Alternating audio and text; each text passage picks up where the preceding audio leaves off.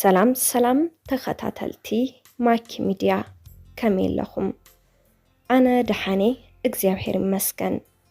ንስኻትኩም እውን ኣብዚ ዘለኹምዎ ሰላም ክትኾኑ ትምኒተዩ።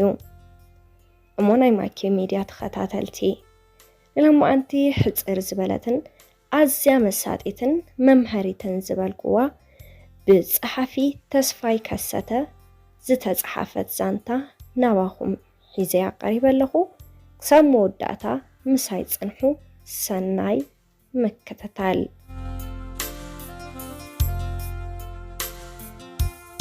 እታ ለባም ጓል ንጓል ዝሓዘነ ልብን ዝሓሰሞ ገጽን ብቁልጡፍ ክረኣይዋ እንተለዉ ንወዲ ድማ ዝፈረሰ ገዛን ዝነቐዐ ነገርን እዮም ቀልጢፎም ዝረኣይዎ። ጓልን ወድን ክልተ ኣሕዋት ኣብ እንዳውራይ ውዒሎም ንገዝኦም ተመለሱ እሞ ወዲ ክዳውንቱ ተሓፂቡ ምስ ካልኦት ክዳውንቲ ኣብ መስጥሒ ብሓደ ስለ ዝረኸቦ ነታ ንእሽተን ሓፍቱ ኣዊሉ ፀዋዓ። ዲቦራ ንምንታይ እዚ ፃዕዳ ክዳውንተይ ምስ ካልኦት ክዳውንቲ ሓዊስካ ሓፂብክዮ ክብል ጠየቓ።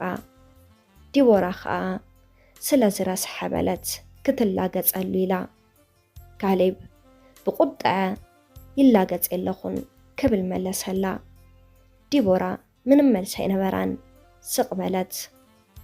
እታ ምስኡ ውዒላ ዝመፀት ምዕባይ ሓፍቱ ሰምሃል ስቒላ ድሕሪ ክትሰምዕ ምጽናሓ ካሌብ ሓወይ እተብቲ ዝኸድናዮ ዝነበርና እንዳውራይ ክትገብሮ ዝወዓልካ ሓልዮት ንሰባት ካብ ከፍ መበሊኻ ሓፊልካ ኮፍ እንዳበልካዮም ንሶም ኣብ ጽቡቕ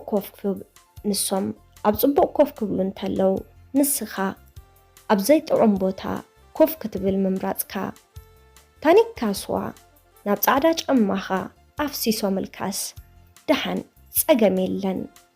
ካብቲ ናብቲ እንዳበልካ ኣጋይሽ ክተተኣናግድ ብትሕትናን ስነ ስርዓትን ብዝተፈላለየ ኣገልግሎት ንሰባት ክተሐጉስ ውዒልካ ንሶም ድማ ገለ ካብ ልቢ ከመስግኑኻ ኩሉ ነጥፈታትካን ንሰባት ዘለካ ክብርን ክንዕድዎ ገለ ድማ ካብ ልቢ ክምርቑኻ ውዒሎም ንስኻ እውን ደስ ኢሉካ ብፍሽኽታን ሞራልን ዝተዓጀበ መንፈስን ገጽን ውዒልካ ኢኻ እምበኣር ጽቡቕ እተብቲ እንዳውራይ ዝወዓለ ሓልዮትን ትሕትናን ኣገልግሎትን ኣበይ ገዲፍካዮ መጺኻ ሕጂ ኣበይ ኣሎ? እንታይ ኮይንካ ኸ ኣብዚ ገዛኻ ዘይትደግሞ?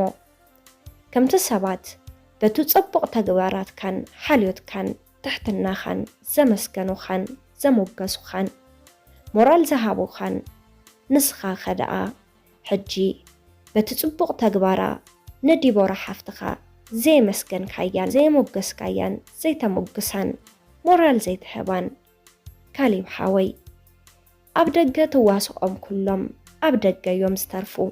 ስለዚ ካብ ገዛኻ ዝጅመር ልግሲ ትሕትና ሓልዮት ጽቡቕ ተግባር ንሰባት መምስጋንን ኣወንታዊ ኣረኣእያ ወዘተ እዚኦም ኩሎም ጽቡቓት ባህርያት ምሳኻ ገይሾም ምሳኻ እዮም ዝምለሱ። ኣምሳሉነት ኣይጠቕመካን እዩ። ሰባት እተብ ደገ ዝረኣይዎ ጽቡቕን ዘቕንዕን ባህሪ ኣብ ገዛኻ ምስኣንዎ ካብ ዝነኣዱኻ ንላዕሊ ክጸርፉኻ እዮም። ካብቲ ዝፈትውኻ ንላዕሊ ክጸልኡኻ እዮም። ካብቲ ዘኽብሩኻ ንላዕሊ ከርክሱኻ እዮም። ብዓቕሊ ስለ ዝሰማዕኻኒ ኣኽቢርካኒ ኢኻ እሞ የቕኒየለይ። ስለዚ ንስኻ ድማ ሕጂ ንዲቦራ ሓፍተይ የቕኒየለይ ኢልካ ሕቖፋ ስለ ጻዕዳ ክዳንካ ዘይኮነስ ክትሓስብ ዘለካ ስለቲ ጻዕዳ ፍቕሪ ሕውነትን ሓልዮትን ዝሰርሐቶ ስራሕን ኢኻ ክተመስግናን ሞራል ክትባን ዝግባእ ንሳ ሪኢኻያ ዶ? ምስ ተቆጣዕኻያ ርእሳ ድኒና እምበር ኣይተመላለሰትካን። እዝዩ እቲ ሓቀኛ ትሕትና በለቶ። ጸሓፊ ተስፋይ ከሰተ፣ ተራኺት ማኪ ሚድያ።